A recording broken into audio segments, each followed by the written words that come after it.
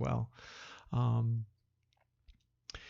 well, good morning. I have a little bit of some prepared comments, and then we'll have time for some questions afterwards, just to kind of get you up to speed on where our deliberations and church leadership are, and starting with me personally. So, I don't know if you've read recently, but a lot of the talk as we're thinking and planning and enacting sort of a phased relaxation, I'm going to call it, of quarantine restrictions throughout Delaware and the United States and the world, actually. One of the phrases that keeps coming up is that shutting down was relatively easy and quick, and phasing in safely will be much more difficult and require careful deliberations and to figure out how we're gonna do that safely in order to keep everyone safe. I read in a March 17 op-ed piece in the New York Times, Frank Bruni wrote, "Normalcy is the enemy in this pandemic. We have to behave abnormally to reach the far side of it." And the day before, his colleague Michelle Goldberg had written, "Togetherness, once a balm, has become a threat. This mass withdrawal is like social chemotherapy, damaging the fabric of our communal life while trying to save it." That may be particularly true in a church in a church community where we thrive on togetherness. When I was queuing up and finding Patty's video for this Sunday's offertory, I managed to scroll through a few of the worship videos that she has still on Facebook when we were allowed to be together, and I wept because I missed it so much, and I know you share that with me. It's interesting how those sentiments about the quarantine, this mass withdrawal being like social chemotherapy, and that we have to behave abnormally to reach the far side safely and together, were very prophetic. How little did they know at the outset? Those were written on March 16th and 17th. Do you remember back then? That's a Monday and Tuesday after the first Sunday we experimented together with live stream worship. How accurate they were.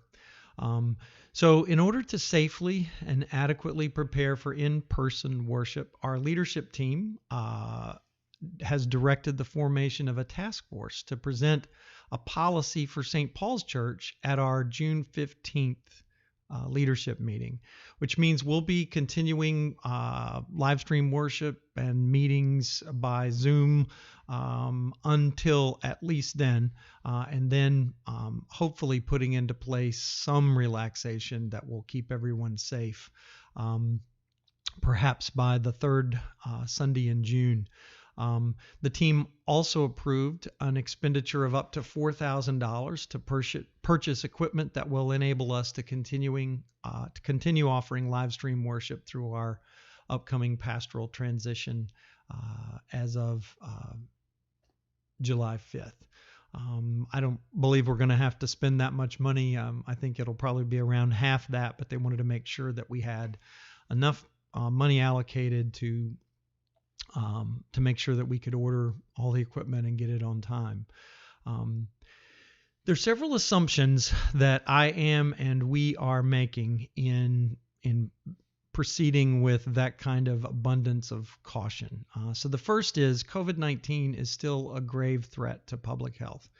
There's still no effective cure, treatment, or vaccine, and no widespread availability of testing, contact tracing, or even protective equipment.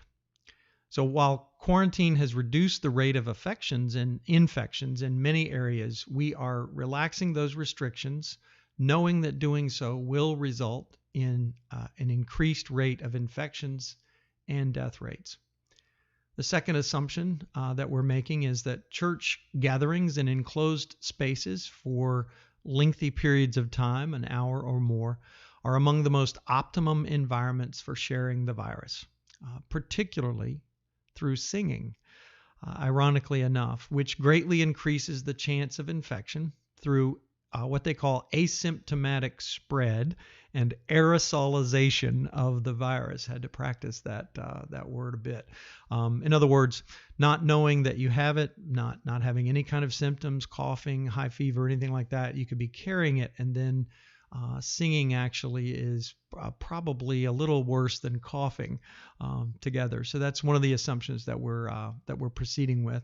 And third, our congregation, like most congregations in this country, is composed of persons who, by virtue of their age and pre-existing health conditions, are at a higher risk of complications and death from being infected by the virus.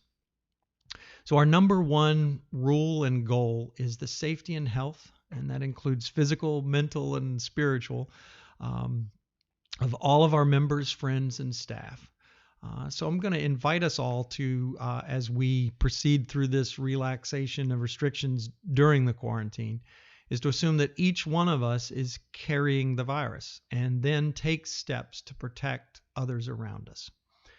So we'll use Governor Carney's guidelines as a minimum standard. And just as a reminder, put that on, that's available through Facebook and on our website. But those minimum standards include, in this initial phase, a prohibition from participating in in-person worship. If you are at high risk of contracting COVID-19, so that means 65 years or older, or have underlying health conditions identified by the CDC as higher risk.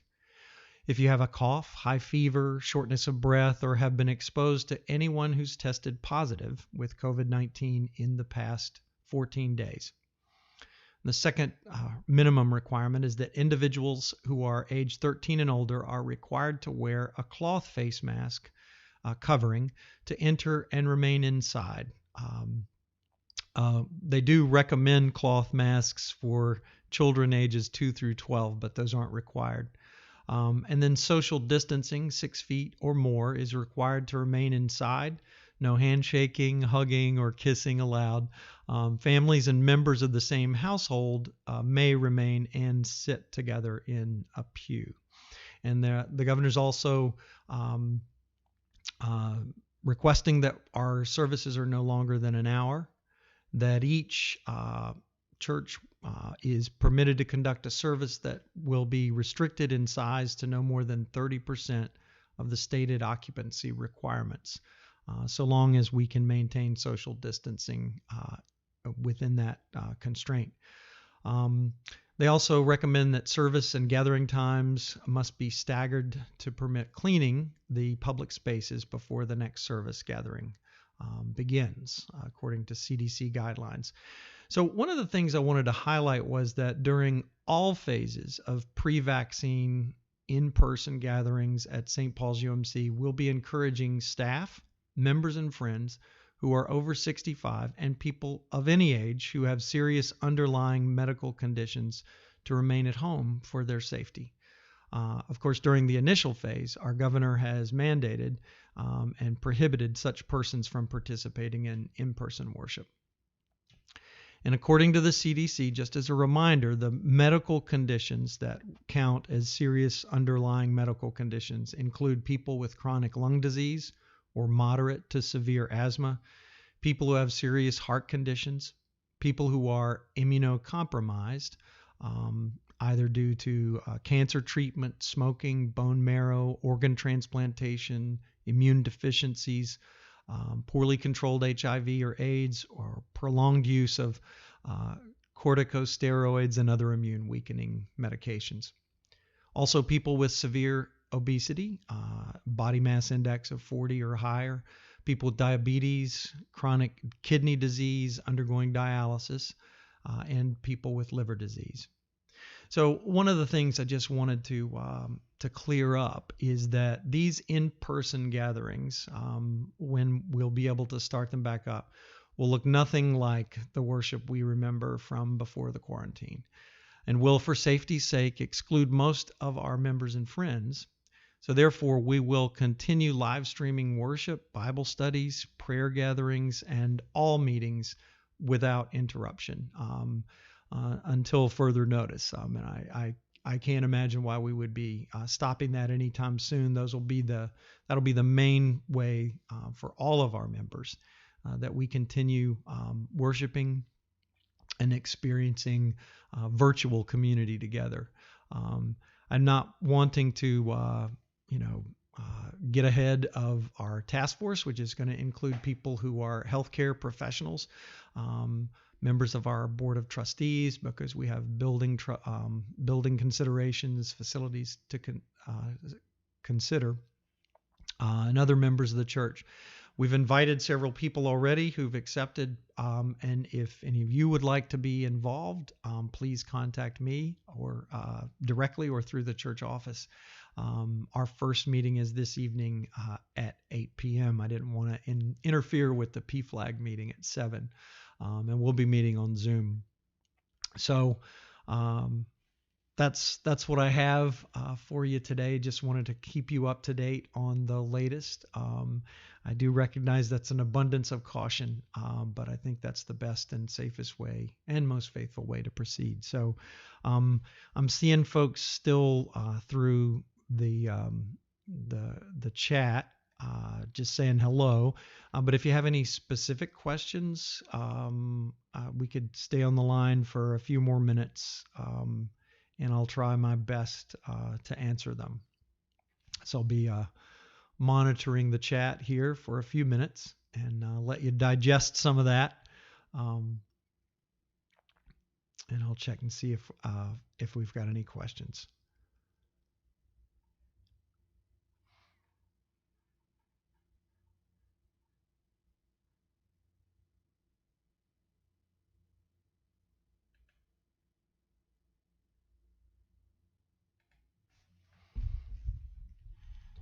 I think I may be about 30 seconds ahead of you. So may need to wait about half a minute before before you realize I am asking you to offer any questions.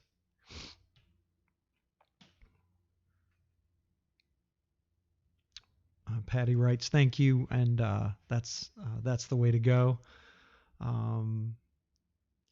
Melissa Brooks asks, how will you know when capacity has been reached?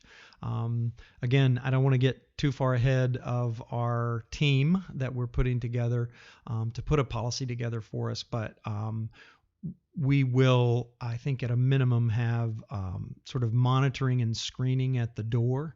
And at that point of entry, we'll be taking a tally and account of people who are coming in the building, and that's how we'll keep track of who's coming and how many people are present, rather than, having people come in the building and take attendance as we've been doing in the past. That obviously raises a question of what happens when we get to the top number, and have to turn people away. That's one of the things we'll be talking about thinking about what happens in that eventuality. Vicki Spence writes, better to be overly safe. Thank you, and thanks for keeping us connected. Thank you, Vicki, and thanks for all the work you're doing. Melissa asked again, what will you do if full?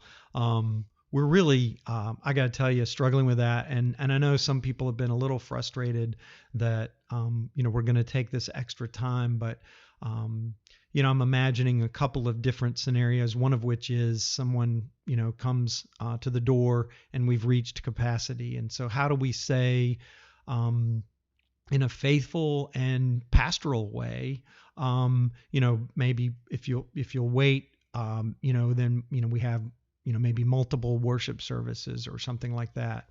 Of course, if we're outside, we will not be up against those restrictions probably as much as if we're inside. So we're also thinking about different ways to offer worship. The other scenario that I'm imagining is if we're, say, taking people's temperature remotely at the door, and then what do we do, pastorally with someone who is, running a high fever. John's asking how is transitioning going with the new pastor. Pastor Kevin Benjamin and I are spending several hours a week talking together about not only this policy, but of course the intricacies and new kinds of processes that attend live stream worship preparation and offering that on Sunday. It's a sort of new world. I'm learning. We're learning a great deal as we go. So we're working very closely together, and our leadership team is working closely together as well. Thanks for asking. Brenda, you're asking, will something be sent via mail to the congregation? There are quite a few who do not interact with Facebook and other online resources. Good question. Thank you. Our policy from the beginning, and this is even before coronavirus, is when we send mass emails out to the congregation, because that's a very effective, timely form of communication, we always include a direct mailing at the same time to persons who are not online. So we're keeping up with those people, and we'll do the same with this. We're going to be sending out this summary that I've just outlined together with our bulletin today by mail. Mark, let's see, I can't find the info, but recall the age recommendation being 60 to 65. That's a good observation, Mark. Everything I'm seeing from the governor's office and also from CDC uses 65 as the lower threshold age. I think, again, out of abundance of caution, 60 might be a more prudent age, but I'm again going with right now, for the sake of this announcement, what I'm seeing from the governor's office and CDC recommendations. Of course, if that changes, we'll adjust. Let's see. Oh, Melissa, wonderful question. Haven't officially joined St. Paul's, but want to. Well, praise God, first of all, and thank you. I'm so glad that you feel welcome enough to feel a part of this community. So you already are, and I thank you so much for participating today and in worship.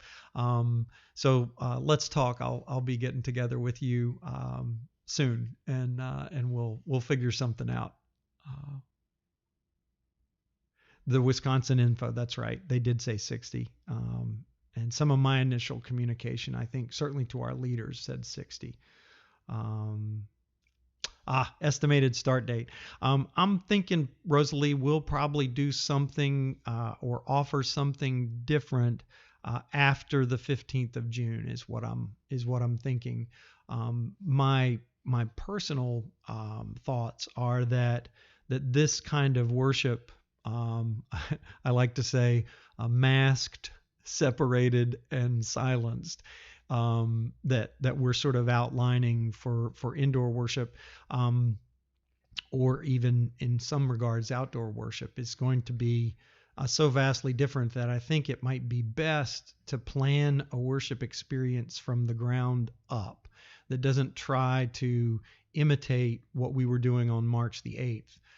So for an example, I could see, for instance, gathering a group together, socially distanced and with masks, in a circle, let's say, outside, probably would be preferable, with an altar of some kind in the middle that looks like a prayer experience. We'd have maybe music over speakers or something like that, and we'd use movement. So we'd be exploring, just like we have been on live stream media, different ways to take advantage of, not just struggle underneath the restrictions, but to take advantage of perhaps a new opportunity. That would be my hope, but we'll talk more about that, on this task force. Let's see, everything's okay. The CDC and the White House, those are kind of interesting fights that are going on. I think it's very helpful in Delaware that Governor Carney is being proactive and articulating very well the kinds of minimum standards that we're looking at. But again, I want to emphasize that the governor's standards are going to be minimum standards for us. You may know, opened up the beaches, this weekend, and I. Though I'd love to go, I'm probably going to be, I'm not probably, I am going to be staying away, principally because, my mother-in-law is probably among the highest risk population there is who lives with us. And I would never want to bring the virus inadvertently back into our house. So let's see. I think those are most of the questions that I'm seeing. We're kind of slowing down. So Mark writes, thanks, Alice, and my heavens, I couldn't ask for a better partner in ministry. All the time I've been here at Skyline in Alice Mullins, and then particularly as this quarantine has unfolded, we've of course been working remotely from each other, but I've really been relying on her heavily, as I know we all have, to keep the fort operating. So thank you all. We'll go ahead and wrap up today, and this recording is going to be available on Facebook and also on our YouTube site and on the website at the church. So God bless you all, and continue to pray and continue to keep connecting with one another. I'm just my heart is so blessed in the ways in which we are creatively addressing the issues of our need for connection. The vehicle parades, the collection of food, leaving it outside, the calls, the emails, the things that we're experimenting with, storytelling and songs and sharing online, and also letters. I got a wonderful, wonderful letter, a pair of letters today from members of our congregation. So we're going old school, as well as seizing some of these new technologies as well. So thank you all, and God bless you, and let's continue to recognize the power and the love of God and the fellowship of the Holy Spirit every day, no matter what comes our way. Amen.